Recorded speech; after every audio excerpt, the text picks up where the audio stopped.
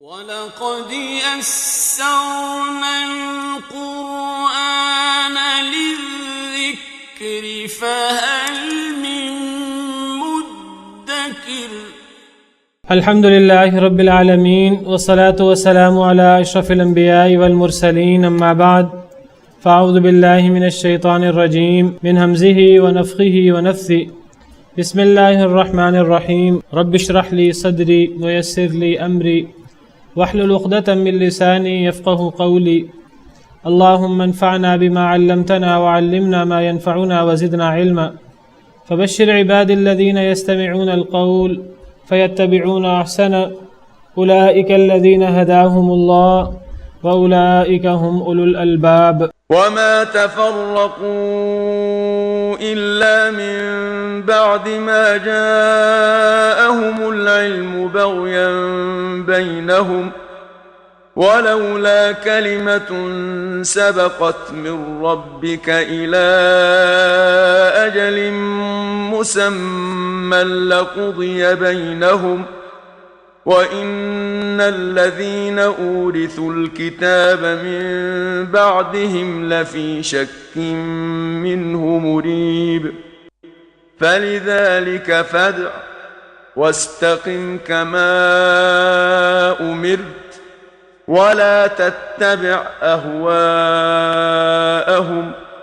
وَقُلْ آمَنْتُ بِمَا أَنزَلَ اللَّهُ مِنْ كِتَابٍ وَأُمِرْتُ لِأَعْدِلَ بَيْنَكُمْ اللَّهُ رَبُّنَا وَرَبُّكُمْ لَنَا أَعْمَالُنَا وَلَكُمْ أَعْمَالُكُمْ لَا حُجَّةَ بَيْنَنَا وَبَيْنَكُمْ الله يجمع بيننا وإليه المصير أعوذ بالله من الشيطان الرجيم بسم الله الرحمن الرحيم وما تفرقوا إلا من بعد ما جاءهم العلم بغيا بينهم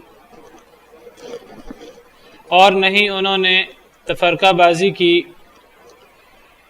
إلا من بعد ما جاءهم العلم مگر اس کے بعد کہ آ گیا ان کے پاس علم نہیں انہوں نے اختلاف کیا مگر علم آنے کے بعد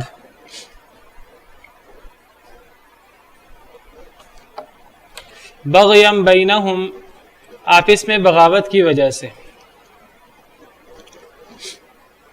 پچھلی آیت کریمہ میں اللہ رب العالمین نے دین اسلام کا ذکر فرمایا اور اللہ رب العالمین نے فرمایا کہ یہ دین اسلام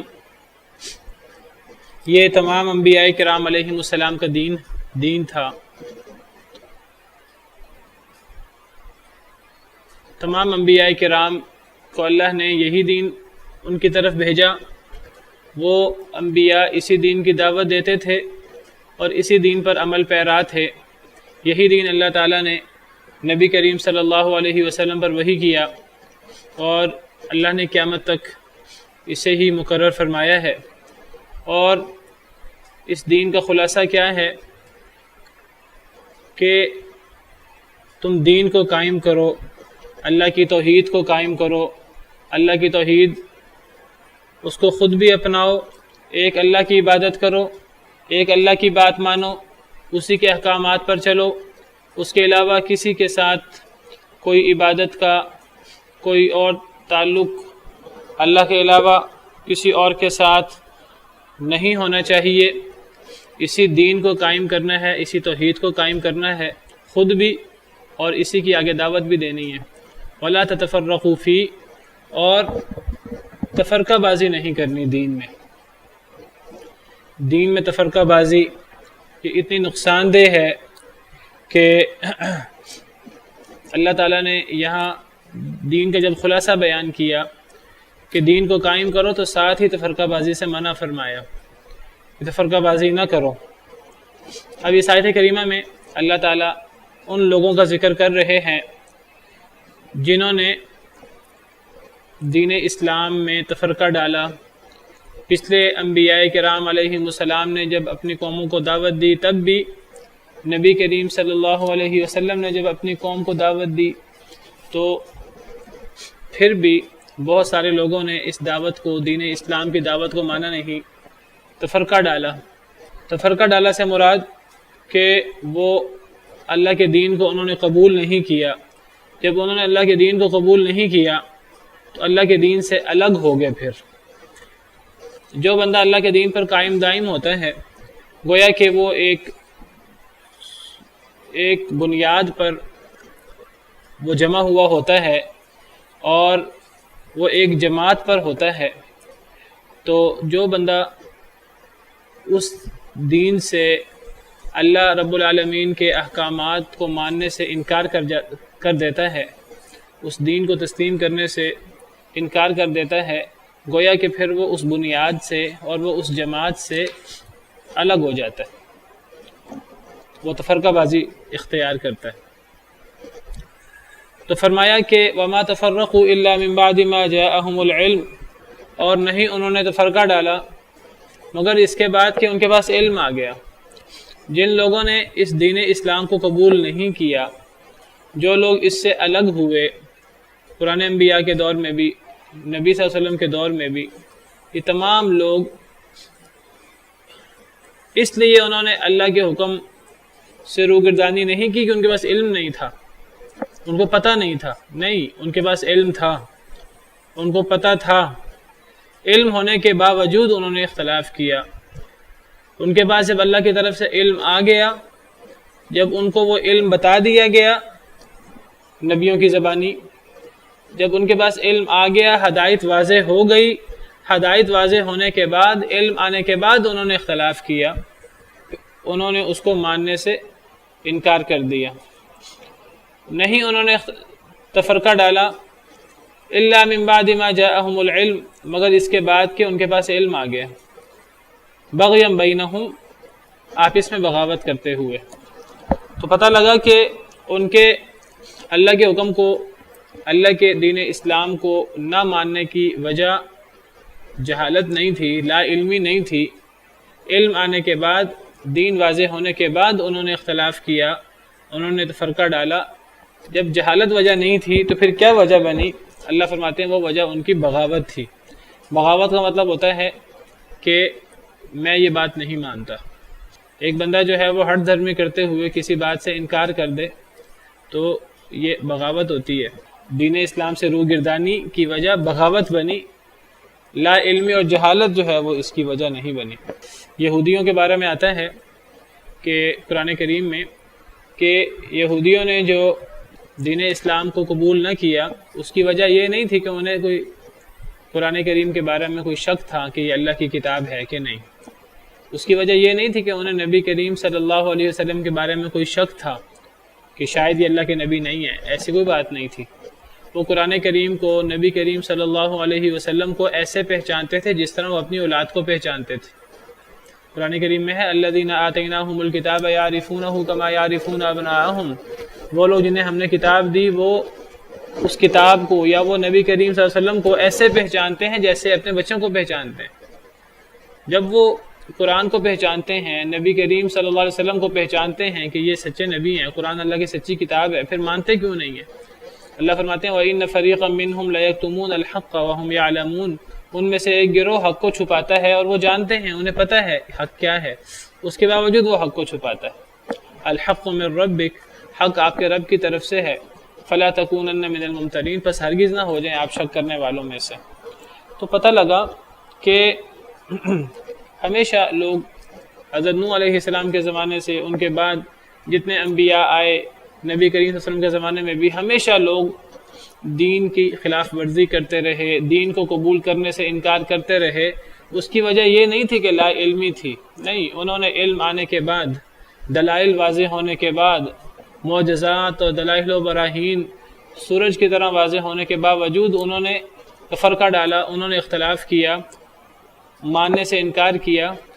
کیوں ماننے سے انکار کیا؟ بغاوت کرتے ہوئے۔ تو جو بندہ بھی راہ حق کو چھوڑ دیتا ہے، صحیح دین کو چھوڑ دیتا ہے، وہ آپ سمجھیے کہ وہ تفرقہ بازی کا شکار ہے،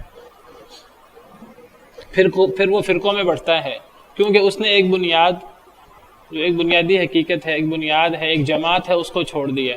جو بندہ دین پر، اللہ کے فرمان پر، اللہ کی کتاب پر، نبی کریم صلی اللہ علیہ وسلم کے فرمان پر عمل پیرا ہوتا ہے، یہ بندہ گویا کہ بنیاد کو اور جماعت کو قائم کیے ہوتا ہے کہ تھوڑے لوگ بھی ہوں اگر تو جماعت یہ زیادہ لوگوں کا نام نہیں ہے کہ جب زیادہ لوگ جس طرف ہوں گے وہ جماعت ہوگی، اگر زیادہ لوگ باطل پر ہوں تو باطل جماعت بن جائے گی اور جو حق والے ہیں وہ فرقہ بن جائیں گے۔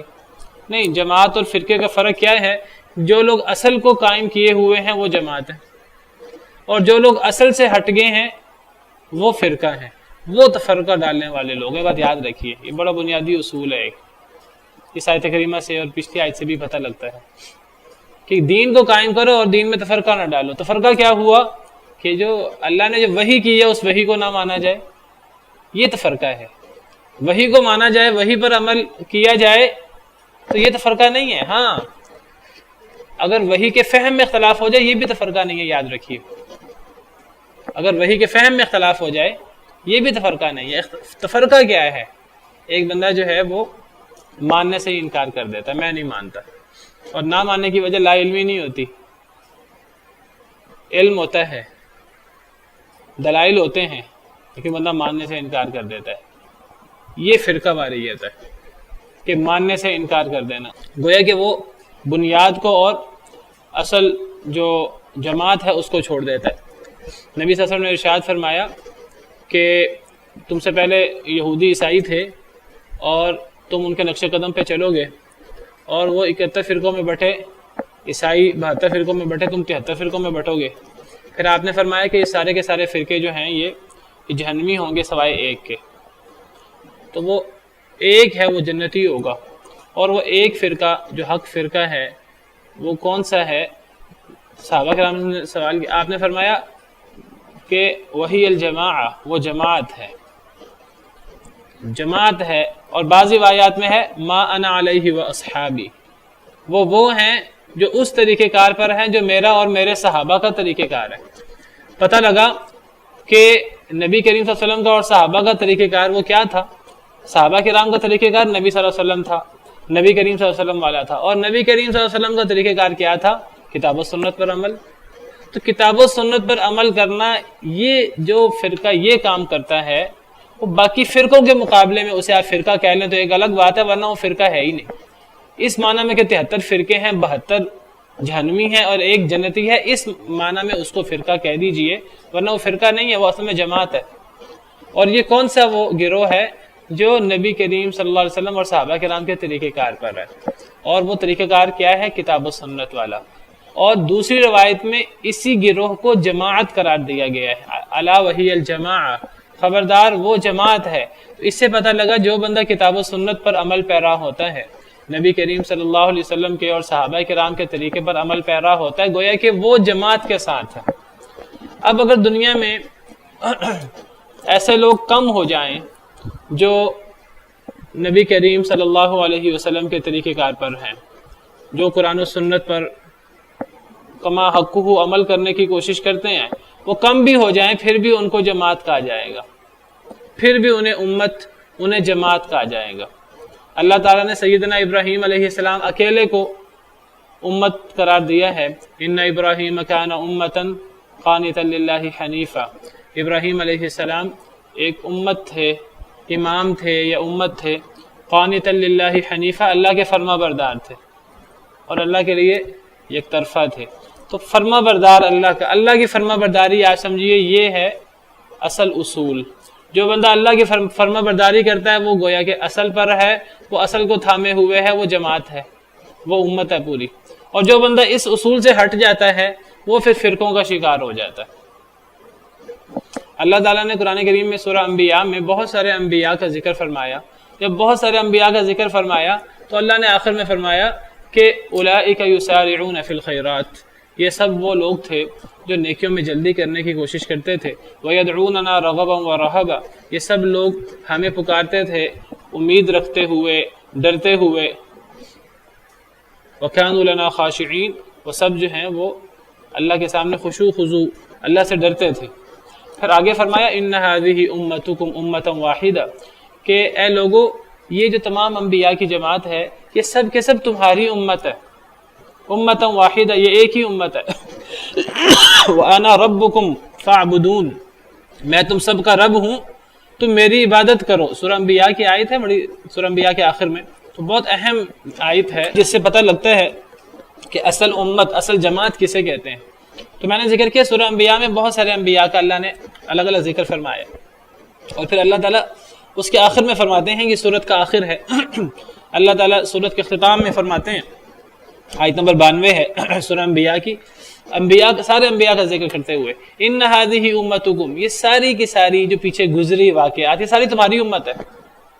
مسلمان یہ سمجھیں کہ پیارے نبی صلی اللہ علیہ وسلم وہ بھی، اور حضرت عیسیٰ، حضرت موسیٰ، حضرت ابراہیم، حضرت ہود، حضرت صالح، حضرت آدم، حضرت نوح، یہ سارے انبیاء کرام علیہم السلام یہ ہماری امت ہے، اور یہ اصل میں ایک ہی امت ہے.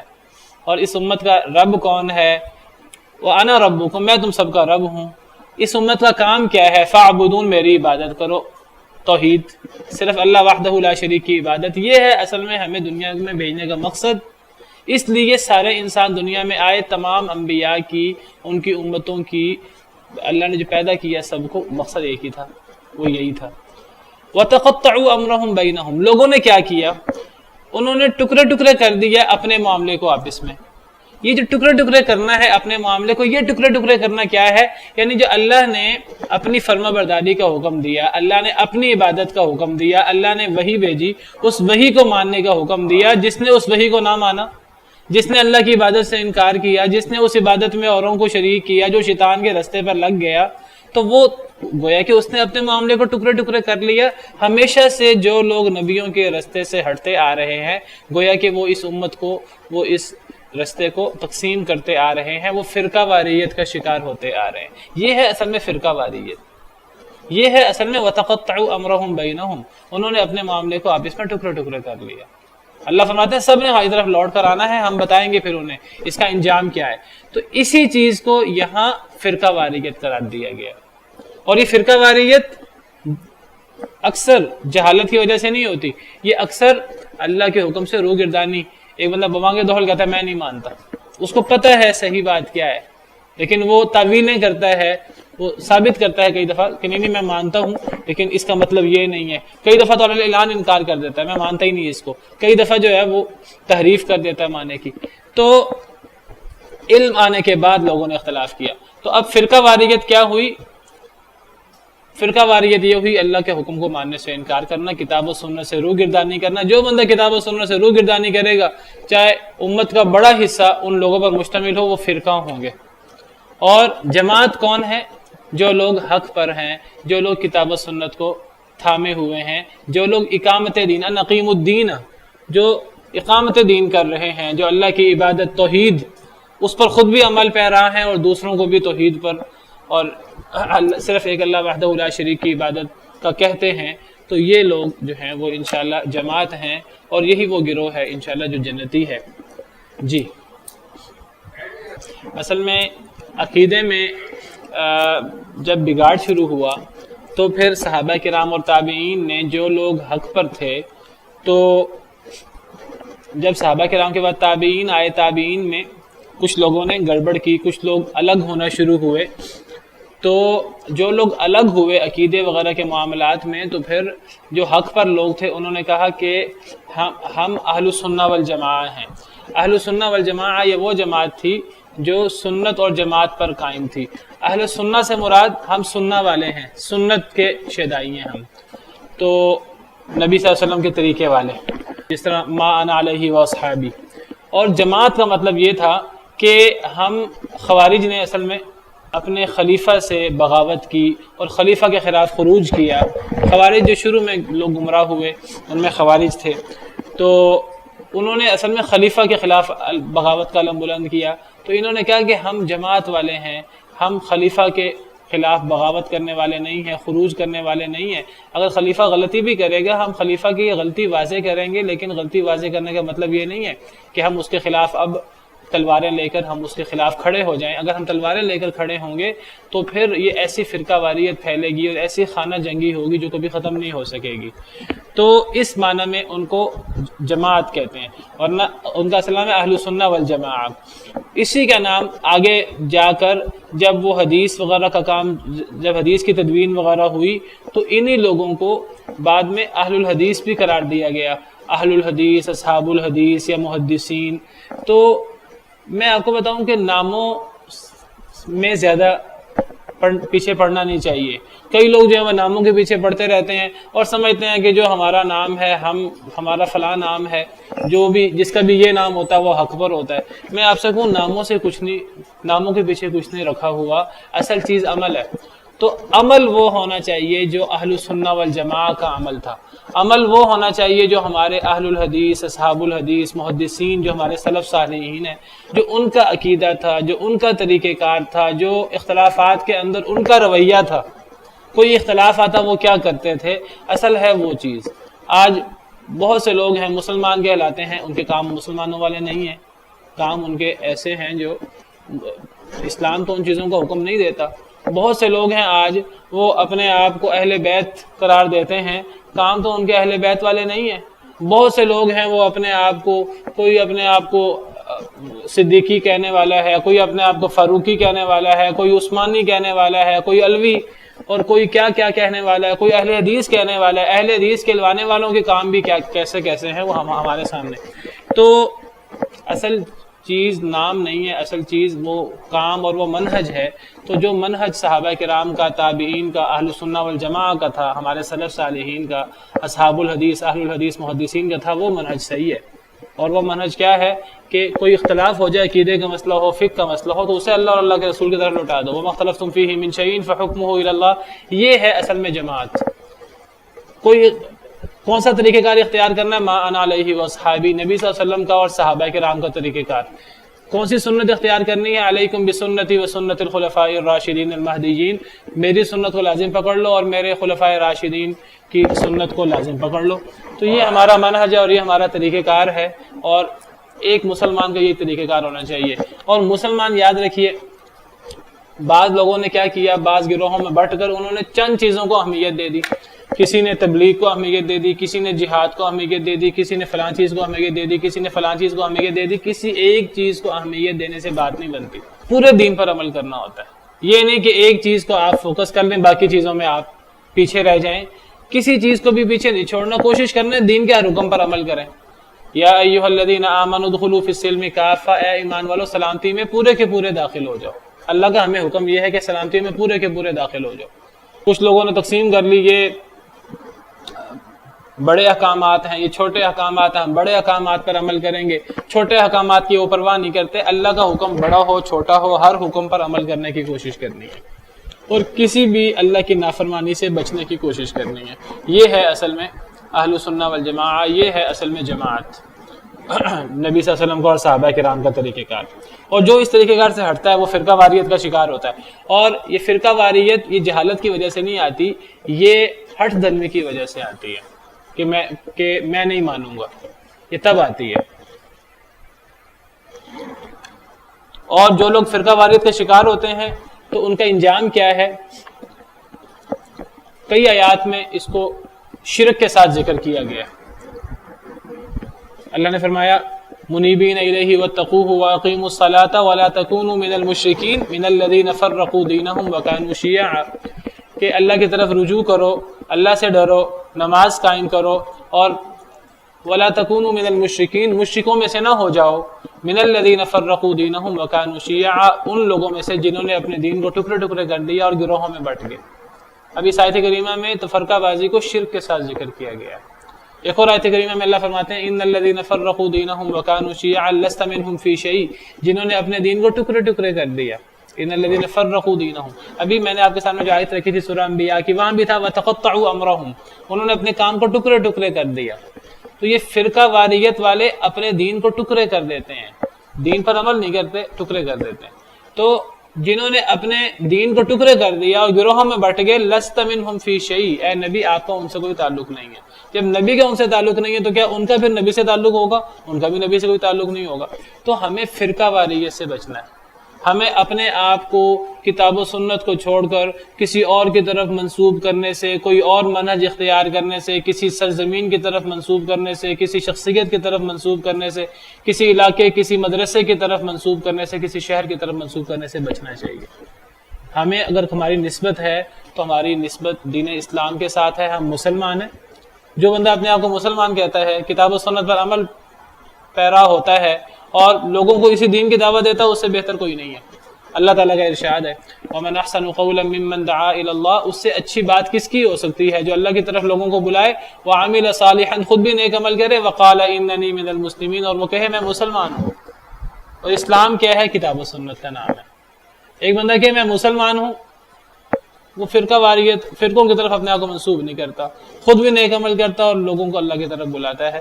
یہ سب سے سادہ اور یہ جو ہے ہمارا یہ دین ہے۔ تو فرمایا وما تفرقوا الا من بعد ما جاءهم العلم بغيا بينهم، اور نہیں انہوں نے تفرقہ بازی اختیار کی اور نہیں وہ گروہوں میں بٹے، الا من بعد ما جاءهم العلم، مگر اس کے بعد کہ آ گیا ان کے پاس علم، بغيا بينهم، آپس میں بغاوت کرتے ہوئے۔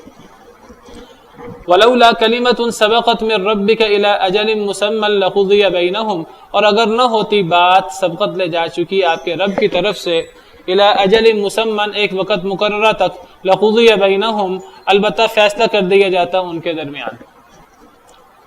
یہ فرقہ واریت، یہ دین کو ٹکڑے ٹکڑے کرنا، راہ حق سے ہٹ جانا، کتاب و سنت سے ہٹ جانا، یہ کتنا بڑا جرم ہے۔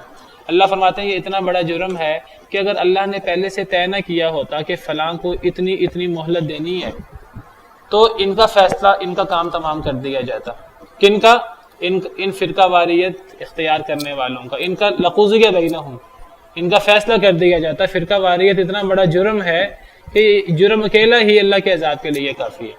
تو فرمایا ولولا کلمۃ سبقت من ربک الی اجل مسمى، اگر نہ ہوتی بات سبقت لے جا چکی آپ کے رب کی طرف سے، یعنی اگر آپ کے رب کی طرف سے پہلے سے یہ بات طے نہ ہو چکی ہوتی، سبقت لے جا چکی یعنی پہلے سے یہ بات طے نہ ہو چکی ہوتی، الی اجل مسمى، ایک وقت مقررہ تک۔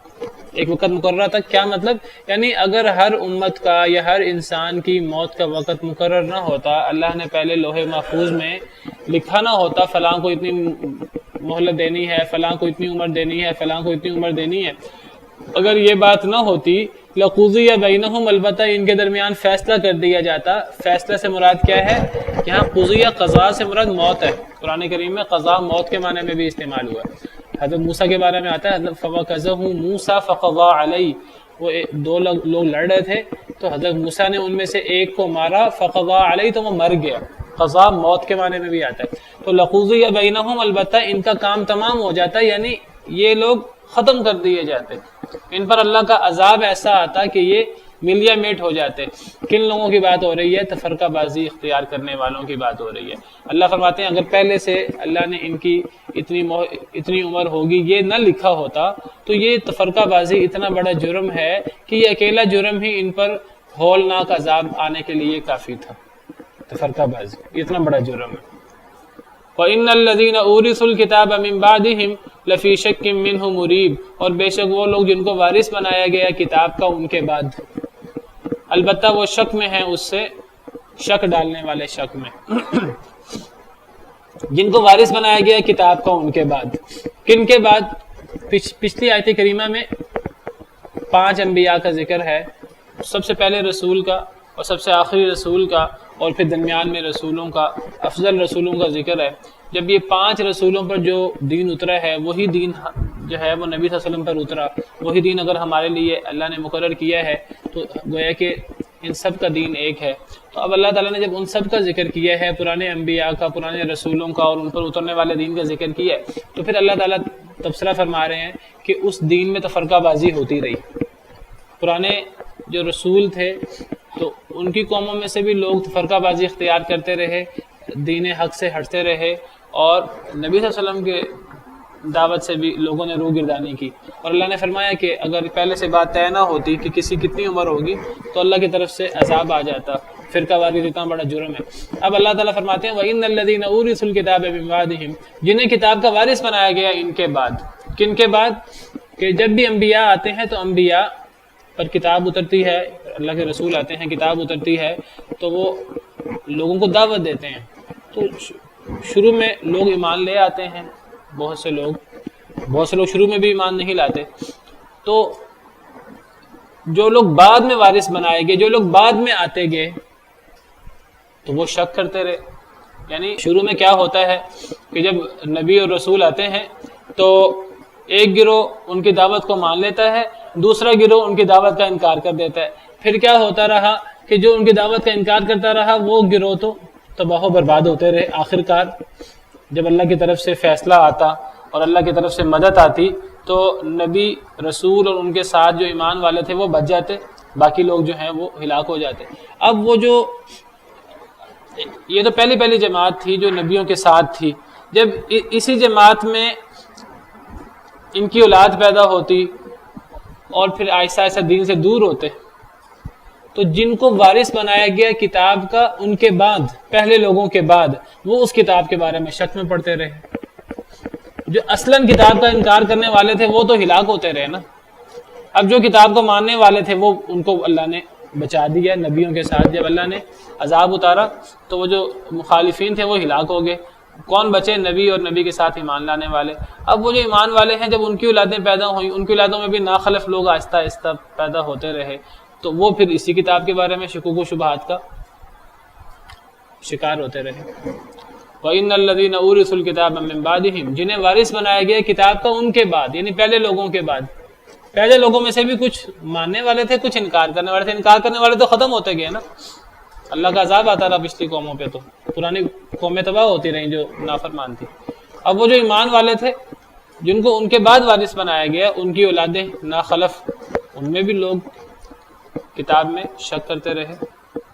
آج بھی کتنے لوگ ہیں، صحابہ کرام میں سے تو کوئی بھی شک نہیں کرتا تھا قرآن کریم میں، احادیث مبارکہ میں۔ آج کتنے لوگ ہیں اپنے آپ کو صحابہ کرام کا پیروکار کہتے ہیں، اپنے آپ کو مسلمان کہتے ہیں۔ کئی لوگ احادیث مبارکہ میں شک کرتے ہیں، کئی لوگ قرآن کریم میں شک کرتے ہیں، کہتے ہیں اپنے آپ کو مسلمان ہیں، کہتے ہیں ہم سیکولر ہیں۔ وہ قرآن کریم کے پیغام میں اور ان چیزوں میں شک کرتے ہیں۔ ختم نبوت کے بارے میں، دین کے بڑے بنیادی اساسات کے بارے میں شک کرتے ہیں، اختلاف کرتے ہیں۔ تو جن لوگوں کو وارث بنایا گیا کتاب کا ان کے بعد البتہ وہ شک میں ہیں، اس سے مریب، شک میں ڈالنے والے شک سے۔ فَلِذَلِكَ فَادْعُ، بس اسی لیے آپ دعوت دیجئے،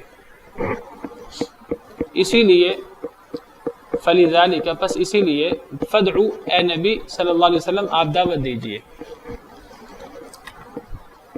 کسی لیے آپ دعوت دیں؟ یعنی اللہ نے جو دین اتارا آپ پر اور تمام انبیاء اور رسول پر، دین اسلام، اس دین کا خلاصہ کیا تھا؟ ان اقیموا الدین ولا تتفرقوا فیہ، دین کو قائم کرو، اللہ کی توحید کو قائم کرو، تفرقہ بازی اختیار نہ کرو۔ یہ ہے دین کا خلاصہ۔ اے نبی آپ نے بھی اسی دین کی طرف دعوت دینی ہے۔ فلذالک، پس اسی دین کی طرف، فدعو آپ دعوت دیجیے، آپ بھی اسی کی طرف دعوت دیں۔ پرانے انبیاء بھی اسی طرف دعوت دیتے رہے، دین کی طرف، دین اسلام کی طرف، توحید کی طرف، تفرقہ بازی سے بچنے کی طرف، شرک سے بچنے کی طرف۔ تو اے نبی آپ نے بھی اسی طرف دعوت دینی ہے، آپ بھی اسی دین کی طرف لوگوں کو بلاتے رہیں۔ وَاسْتَقِمْ كَمَا أُمِرْتَ، اور آپ ڈٹ جائیں جیسے کہ آپ کو حکم دیا گیا ہے۔ یہ جو آیت کریمہ ہے نا ہم جو آپ پڑھ رہے ہیں، آیت نمبر 15، یہ بہت ہی اہم آیت ہے۔ پچھلے آیتیں میں کوئی غیر اہم نہیں، قرآن کی ہر آیت اہم ہوتی ہے، یہ آیت بہت زیادہ اہم ہے۔ اس آیت میں کہتے ہیں کہ 10 جملے ہیں، 10 جملے الگ الگ مکمل جملے ہیں اس آیت کریمہ میں، اور 10 جملے اپنی جگہ وہ مکمل ہیں، اور ایک ہی آیت میں اللہ نے 10 احکامات دیے ہیں، چھوٹے چھوٹے 2 3 لفظوں کے وہ جملے ہیں، وہ 10 احکامات ہیں اس آیت کریمہ میں۔ کہتے ہیں اس آیت کریمہ کی مثال قرآن کریم میں آیت الکرسی ہے۔ آیت الکرسی میں بھی 10 جملے ہیں اور 10 احکامات ہیں، وہ احکامات ایک دوسرے سے ملتے جلتے ہوں، ایک دوسرے کے قریب ہوں، لیکن 10 مکمل احکامات ہیں۔ دیکھیے اس آیت کریمہ میں 10 احکامات ہیں۔ پہلا حکم کیا ہے؟ فَلِذَالِكَ فَادْعُ، یہ پہلا حکم ہے، اس کی وضاحت میں کرتا جاتا ہوں بعد میں۔ وَاسْتَقِمْ كَمَا أُمِرْتَ یہ دوسرا حکم ہے. یہ آپ کے سامنے جو قرآن کھلا ہوا ہے، ہمارے پاکستانی قرآنوں میں وقف بعض دفعہ صحیح نہیں ہوتے، اس قرآن کریم میں وقف لگے ہوئے ہیں.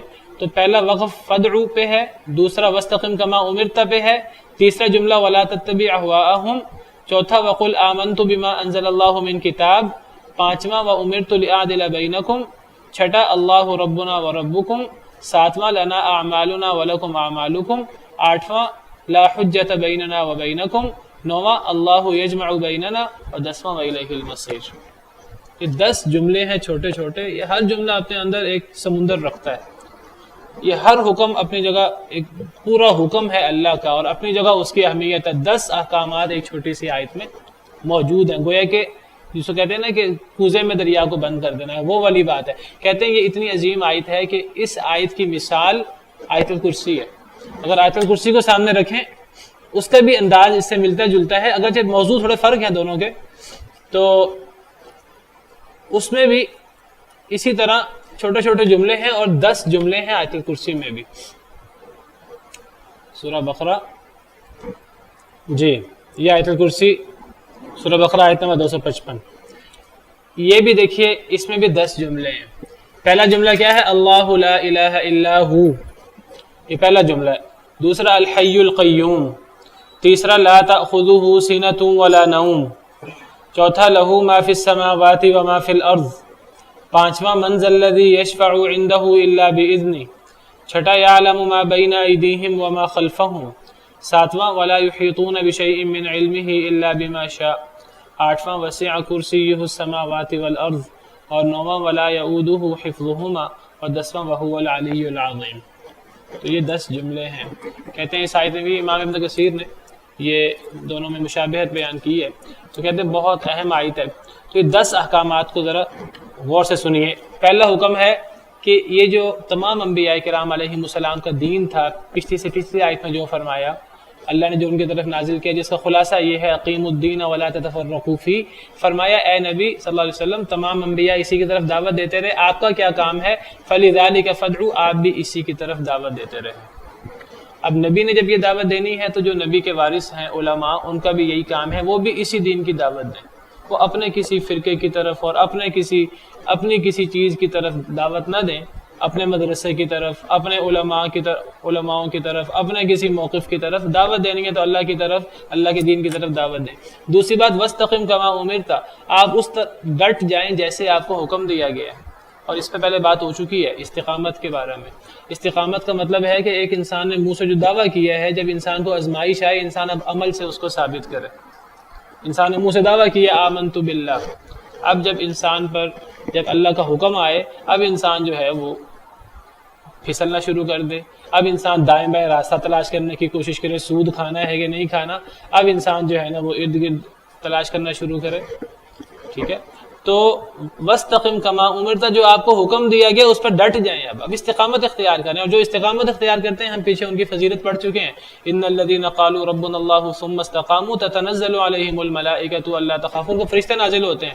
میں نے کہا تھا 3 وقت نازل ہوتے ہیں، مرتے وقت، قبر میں، اور میدان محشر میں جو 3 مشکل اوقات ہیں، فرشتے ان پر تسلی کے لیے نازل ہوتے ہیں. جنہوں نے کہا ہمارا رب اللہ ہے، پھر ڈٹ گئے. یہ ہے استقامت. انسان منہ سے ایک دعویٰ کرے، پھر انسان اس پر ڈٹ جائے. ایک صحابی نے نبی صلی اللہ علیہ وسلم سے سوال کیا کہ مجھے مختصر بات کا حکم دیجیے، دین کے احکامات بہت بڑھ گئے ہیں. آپ نے فرمایا مختصر چیز یہ ہے قل آمنت باللہ ثم استقم، تم کو میں اللہ پر ایمان لایا پھر ڈٹ جاؤ اس پر. جو منہ سے ایک تم نے اپنا ایک عقیدے کا اظہار کیا ہے، لا الہ الا اللہ محمد الرسول اللہ، اب اس عقیدے کو ثابت کر دو پوری زندگی، اب اس پہ ڈٹ جاؤ.